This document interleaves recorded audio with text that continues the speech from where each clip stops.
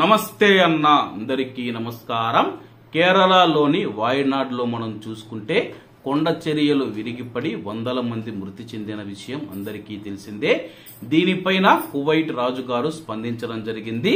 Kuwait రాజు Sheikh Mishal Al Ahmad Al Jaber Al Sabah గారు భారతదేశంలోని దక్షిణ భారతదేశంలోని కేరళలో భారీ కొండ చర్యలు విరిగిపడిన బాధితులకు తన హృదయపూర్వక సంతాపాన్ని తెలియజేయడానికి భారత రాష్ట్రపతి శ్రీ ద్రౌపది ముర్ము గారికి తన యొక్క సంతాపాన్ని తెలియజేశారు. ఈ ఘటనలో గాయపడిన వారు త్వరగా కోలుకోవాలని చెప్పి, తప్పిపోయిన వ్యక్తులు క్షేమంగా తిరిగి రావాలని చెప్పి ఆకాంక్షించారు.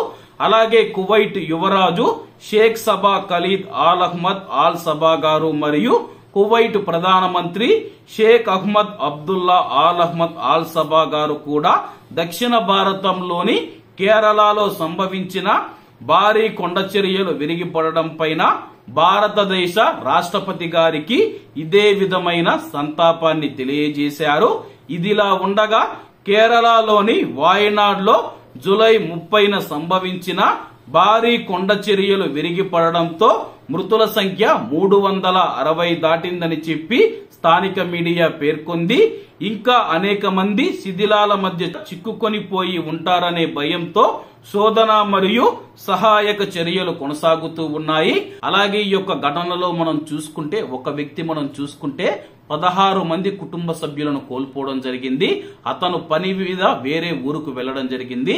వేరే ఊరుకు వెళ్లిన తర్వాత ఇక్కడ జరిగిన సంఘటనలో మనం చూసుకుంటే, నేను వచ్చిన తర్వాత అక్కడ చూస్తే నా ఇల్లు లేదు, నా యొక్క 16 మంది కుటుంబ సభ్యులు లేరని చెప్పేసి ఒక వ్యక్తి బోరున విలిపించడం జరిగింది.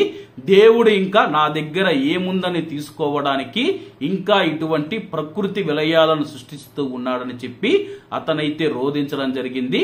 ఏది ఏమైనా సరే ఈ యొక్క కొండ చర్యలు విరిగిపడిన తర్వాత చాలా మంది చనిపోయి ఆ యొక్క శిథిలాల మధ్య చిక్కుకొని ఉండడం చాలా బాధాకరం. ఏదైనా సరే ప్రకృతి వైపరీత్యాల వల్లే ఇటువంటి భారీ ఆస్తి నష్టం మరియు ప్రాణ నష్టం జరుగుతుంది. కాబట్టి అందరూ బాగుండాలి, అందులో మనం ఉండాలి. అందరికీ నమస్తే అన్న, జై హింద్.